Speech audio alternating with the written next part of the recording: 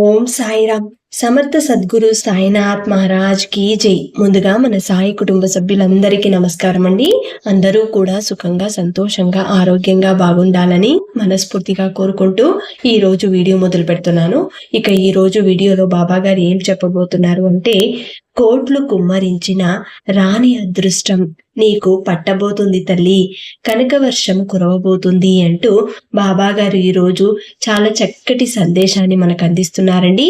ఈ గురువారం రోజున బాబా గారు ఇస్తున్న ఈ సందేశం ఎవరైతే విని శ్రద్ధగా అర్థం చేసుకొని వారి జీవితంలో ఉన్న కష్టాలన్నీ మర్చిపోయి ఆచరించగలుగుతారో వారి జీవితంలో పట్టరాని సంతోషం, అదృష్టం ఈ రోజు బాబా గారు మనకు అందించబోతున్నారండి.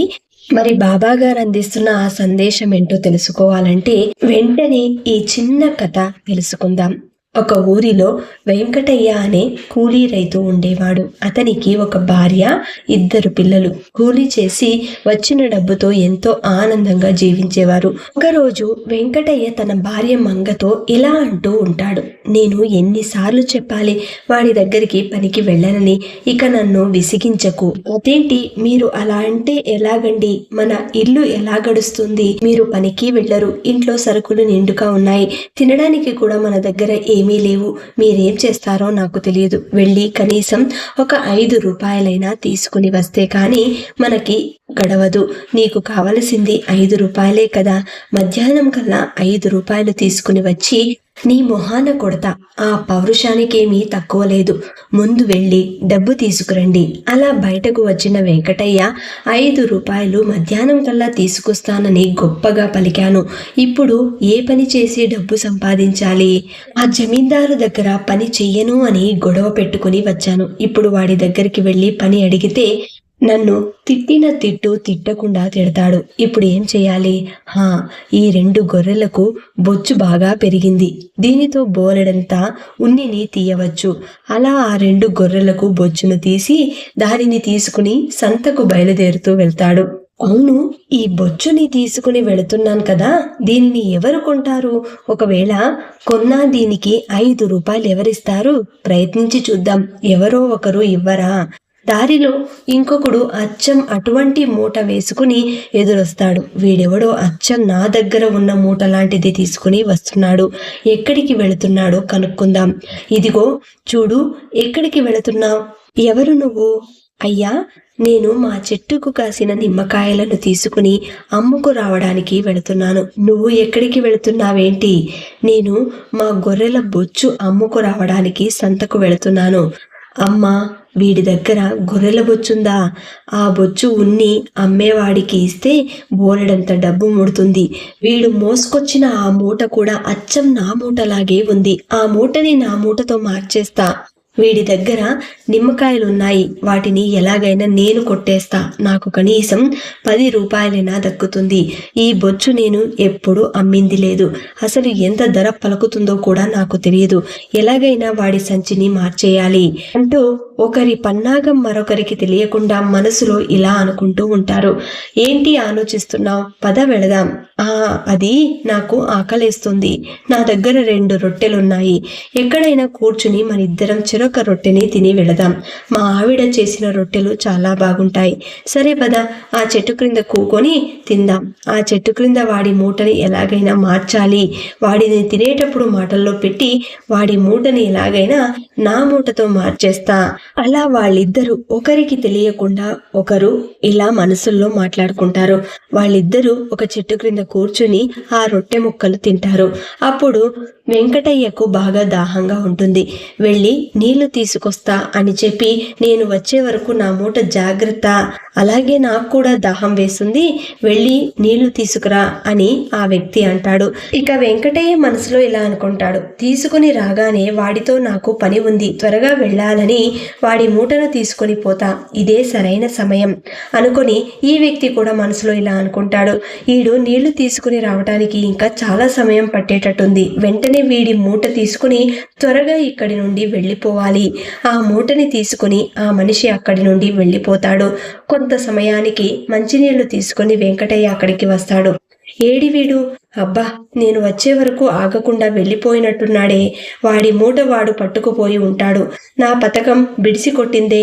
సరే, ఏం చేస్తాం, ఈ బొచ్చును తీసుకెళ్ళి అమ్ముకు వస్తా. ఏంటిది, ఈ మూట నా మూటలా లేదే, కాస్త బరువుగా ఉందే అంటూ ఇది వాడి మూట అయి ఉంటుంది. పొరపాటున నా మూటని తీసుకుపోయి ఉంటాడు పిచ్చోడు. ఆ బొచ్చుని ఏం చేసుకుంటాడు? నిమ్మకాయలు తాజాగా ఉన్నాయి కాబట్టి ఒక్కొక్కటి 10 పైసలు అమ్మితే నాకు మంచి ధర గిట్టుతుంది అని వెంకటయ్య తన మనసులో అనుకుని ఒక చెట్టు క్రింద ఆ నిమ్మకాయలను పోసుకుని కూర్చుని 10 పైసలకు ఒక్క నిమ్మకాయి అంటూ అరుస్తూ ఉంటాడు. అప్పుడు ఒక వ్యక్తి అక్కడికి వచ్చి, 10 పైసలు నీ దగ్గర ధర ఎక్కువగా ఉంది, అక్కడ 10 పైసలకు 10 నిమ్మకాయలు ఇస్తున్నారు. ఇలా అమ్మితే నువ్వు తెచ్చుకున్న నిమ్మకాయలన్నీ తిరిగి ఇంటికి తీసుకెళ్ళాలి. ఇలా అమ్మితే నీ దగ్గర ఎవరూ కొనరు అని ఆ వ్యక్తి అనగా, అప్పుడు వెంకటయ్య తన మనసులో ఇలా అనుకుంటాడు, అంటే 10 పైసలకు 10 నిమ్మకాయలు అమ్మాలన్నమాట. కొంటే కొను, లేదంటే లేదు.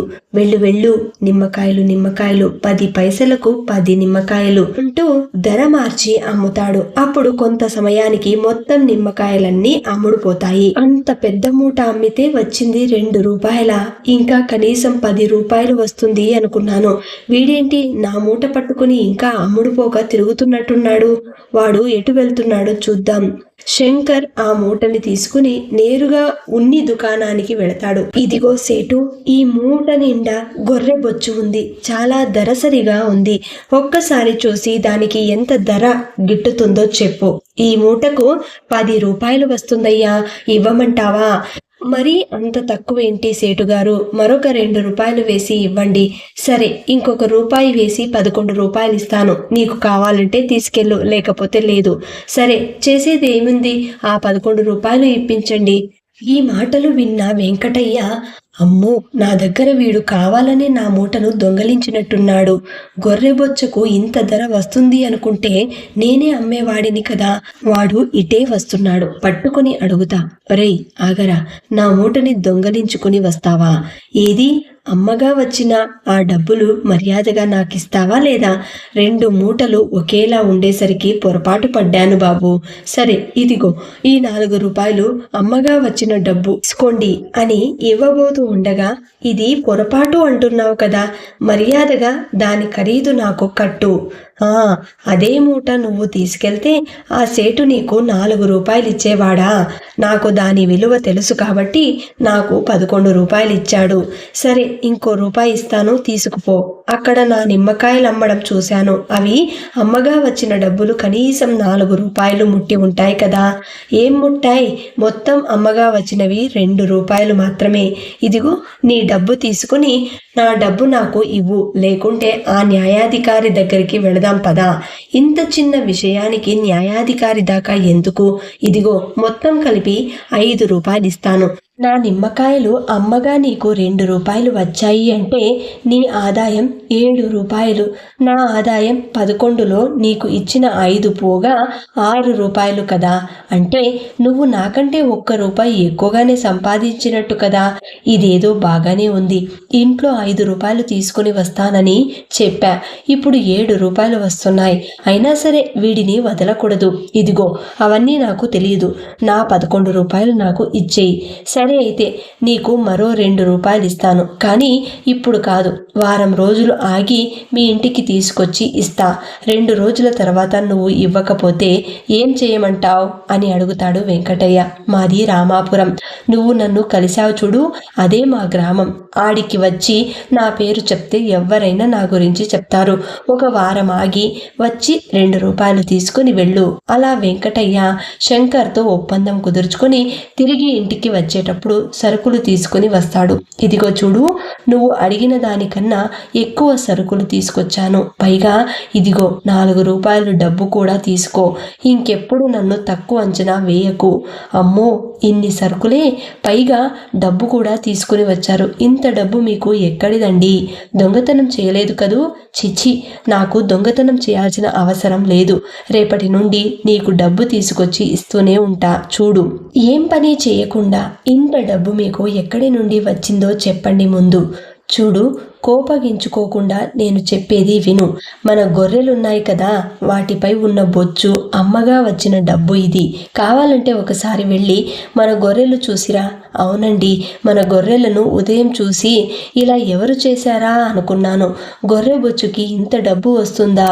అవును నిజమే, ఈ ఊర్లో ఎవ్వరికీ తెలియదు. ఇక నుండి గొర్రెలు ఉన్న అందరి దగ్గర బొచ్చులు తీసుకుని వస్తా. ఇకపై ఇదే నా వ్యాపారం. ఆ విధంగా గొర్రెల బొచ్చుతో ఉన్ని వ్యాపారం చేస్తూ మంచి లాభాలు గడిస్తాడు వెంకటయ్య. మళ్ళీ కొంతకాలానికి శంకర్ 2 రూపాయలు ఇవ్వాలని గుర్తుకు వచ్చిన వెంకటయ్యకు శంకర్ దగ్గరికి వెళతాడు. నాకు ఇవ్వవలసిన 2 రూపాయలు ఎప్పుడు ఇస్తావు? ఇప్పుడు నెల రోజులు గడిచిపోయాయి. ఇప్పుడు శంకర్ ఇలా అంటాడు, నిన్ను వారం రోజుల్లో రమ్మంటే నెల రోజులు ఆగి వచ్చావేంటి? ఇప్పుడు నా దగ్గర డబ్బు లేదు, మరొక నెల ఆగి రా అని చెప్తాడు శంకర్. అప్పుడు వెంకటయ్య ఇలా అంటాడు, నాకు అవన్నీ తెలియదు, నాకు నా డబ్బు తిరిగి ఇవ్వాలి. నువ్వు ఎంత అడిగినా నా దగ్గర ప్రస్తుతం డబ్బు లేదు. ఒక నెల రోజులు ఆగిరా, నీకు డబ్బు ఇవ్వటం ఖాయం. సరే అయితే నెల రోజులు ఆగి వస్తాను. నా డబ్బు నాకు ఇవ్వకపోతే నీ సంగతి అప్పుడు తేలుస్తాను. అలా శంకర్ డబ్బు ఇవ్వకుండా తప్పించుకు తిరుగుతూ ఉండేవాడు. వెంకటయ్య ఎప్పుడు వచ్చినా భార్యతో ఏదో ఒక అబద్ధం చెప్పించి పంపించేసేవాడు శంకర్. అలా కొంతకాలం తర్వాత వెంకటయ్య శంకర్ ఇంటికి వస్తాడు. శంకర్, నేను వెంకటయ్య, ఒక్కసారి బయటికి రా అని వెంకటయ్య శంకర్ను పిలుస్తాడు. వెంకటయ్య ఏమో భయపడుతూ ఇంట్లో దాక్కుని ఇలా అంటాడు, ఓలమ్మో, వీడు మళ్ళీ వచ్చాడే, ఇక లాభం లేదు. వీడు ఆ 2 రూపాయలు ఇవ్వకుండా వదిలేటట్టు లేడు. ఏదో ఒకటి చేసి ఇక ఆడు మన ఇంటి వైపు చూడకుండా చెయ్యాలి. ఎందుకయ్యా అతన్ని అలా అన్నిసార్లు తిప్పించుకుంటున్నావు? ఆ 2 రూపాయలు ఏదో ఇచ్చి పంపితే సరిపోతుంది కదా, ఎందుకు ఇయ్యాలి? అది నేను కష్టపడి సంపాదించుకున్నవి. చచ్చినా సరే వాడికి డబ్బు ఇవ్వను. అయితే నీ చావు నువ్వు చావు. అబ్బా, ఎంత మంచి ఉపాయం తట్టింది నీకు. ఒక పని చెయ్యి, నేను చచ్చిపోయానని చెప్పు. అప్పుడు వాడు ఖచ్చితంగా వెళ్ళిపోతాడు. 2 రూపాయల కోసం చచ్చిపోయావని అబద్ధం చెప్పమంటావా? నీకేమైనా పిచ్చి పట్టిందా అని శంకర్ భార్య తిడుతూ మళ్ళీ ఇలా అంటుంది, నువ్వు వెనక నుండి బయటికి పో, నేను ఏదో ఒకటి చెప్పి తగలెడతాను. నీ ఇష్టం, నేను వెళుతున్నా. మళ్ళీ వాడు 6 నెలల వరకు తిరిగి ఇటువైపు రాకుండా చూడు అని భార్యతో చెప్పి శంకర్ అక్కడి నుండి తప్పించుకుంటాడు. ఇక ఆమె తిన్నగా బయటికి వచ్చి వెంకటయ్యతో ఇలా అంటుంది, మా ఆయన తీర్థయాత్రలకు వెళ్ళాడు, రావటానికి 6 నెలలు పడుతుందండి. మీరు ఆ తర్వాత రండి. భార్యని ఇంట్లో వదిలి తీర్థయాత్రలకు వెళతాడా? నువ్వు అబద్ధం ఆడుతున్నావు. ఒంటరిగా తీర్థయాత్రలు చేస్తానని మొక్కుకున్నాడట, అందుకే నన్ను ఇంటి దగ్గర వదిలి వెళ్ళాడు. ఇంకా శంకర్ భార్యతో వాదించకుండా అక్కడి నుంచి వచ్చేస్తాడు వెంకటయ్య. వీడు వట్టి అబద్ధాల కోరు, ఇక్కడే ఎక్కడో ఉంటాడు.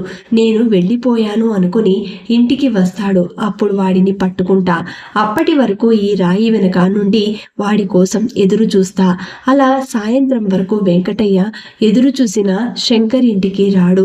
ఇక చేసేదేమీ లేక వెంకటయ్య తిరిగి ప్రయాణం అవుతూ ఉంటాడు. దారిలో ఒక పాడుబడిన భవనం కనబడుతుంది.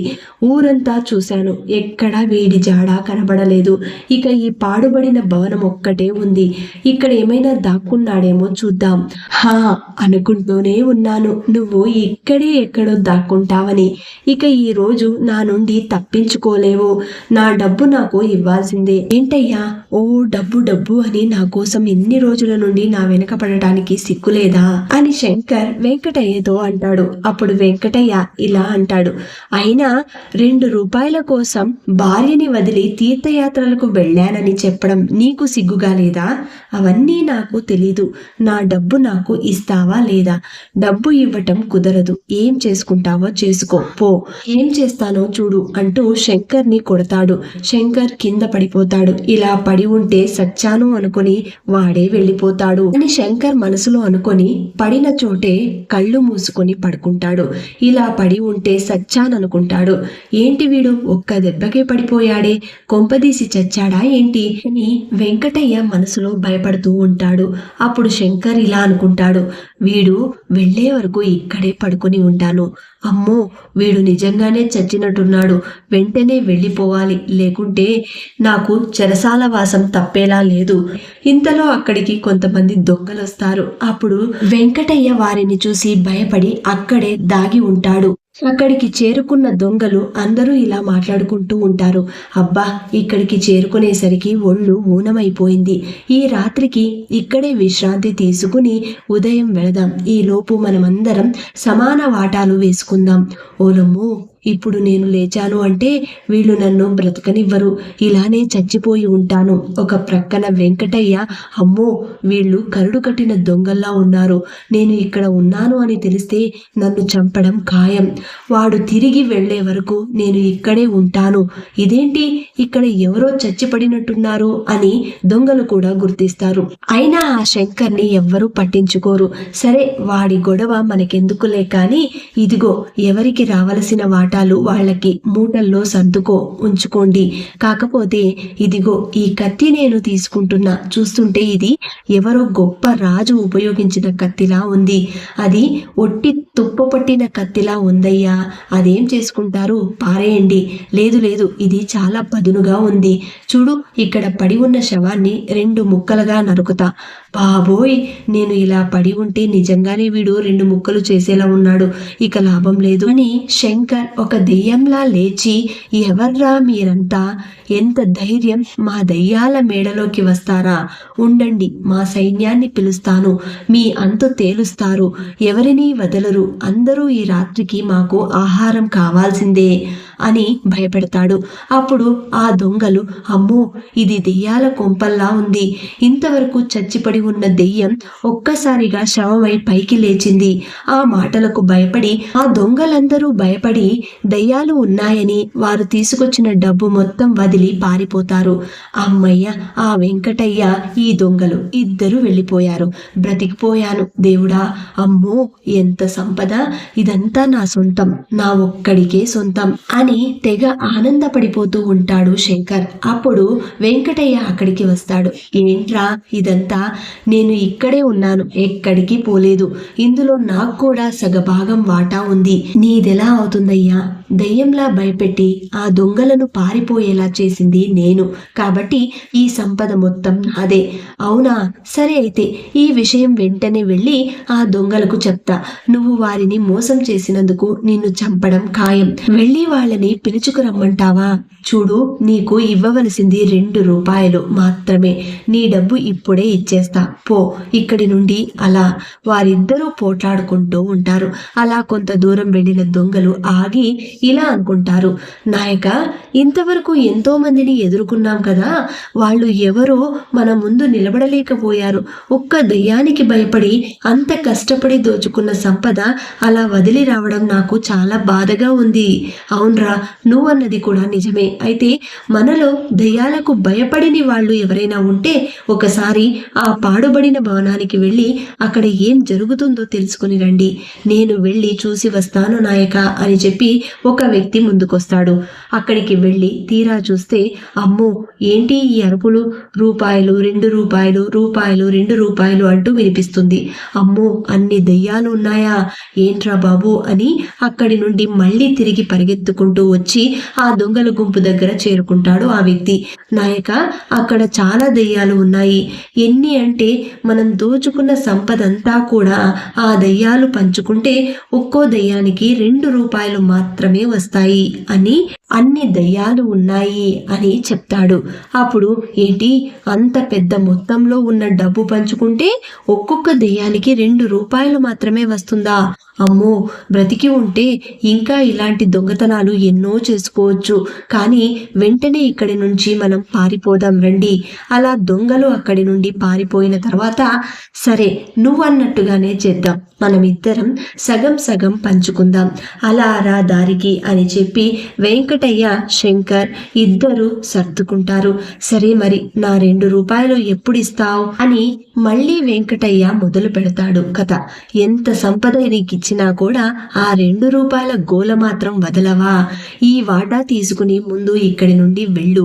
ఇంకెప్పుడు ఆ 2 రూపాయల గోల నా దగ్గరికి తీసుకురాకు అని శంకర్ అంటాడు. నేను 2 రూపాయల గురించి ఇక్కడ వరకు రాబట్టే మనకు ఇంత సంపద దొరికింది. అలా వెంకటయ్య ఆ డబ్బు మొత్తం తీసుకుని పోయి తన భార్యతో కలిసి సుఖంగా జీవిస్తాడు. ఇక అనుకోని అదృష్టం వెంకటయ్య రూపంలో రావడం శంకర్కు తన జీవితమే మారిపోతుంది. ఇక అప్పటి నుండి వారి 2 కుటుంబాలు కూడా ఎంతో సంతోషంగా సుఖంగా సాగిపోతుంది. ఈ కథని బట్టి బాబాగారు మనకు ఏం చెప్పబోతున్నారు అంటే, ప్రతి మనిషి జీవితంలో కూడా ఒక అదృష్టం అనేది ఉంటుంది. అది ఎవరి జీవితంలోనైనా ఏ క్షణమైనా రావచ్చు. వచ్చినప్పుడు ఆ ఆనందం ఏ విధంగా ఉంటుంది అనడానికి ఈ కథే ఒక నిదర్శనం. కోట్లు కుమ్మరించిన రాని అదృష్టం ఒక్కొక్కసారి తలుపు తడితే మన భవిష్యత్తు మారిపోతుంది అని చెప్పడానికి ఈ కథ ఒక నిదర్శనమని చెప్పాలి. మరి బాబాగారు అందించిన ఇంత గొప్ప సందేశాన్ని ప్రతి ఒక్కరూ కూడా పంచుకుందాం. నచ్చిన వాళ్ళందరూ శ్రద్ధ సబూరి అని కమెంట్ చేయండి. అలాగే ఈ వీడియోని 10 మందికి అందేలాగా షేర్ చేయండి, లైక్ చేయండి. మళ్ళీ ఇంకొక మంచి వీడియోతో మీ ముందుంటాను. అంతవరకు సెలవు. సర్వే జనా సుఖినో భవంతు. సర్వం శ్రీ సాయినాథార్పణమస్తు.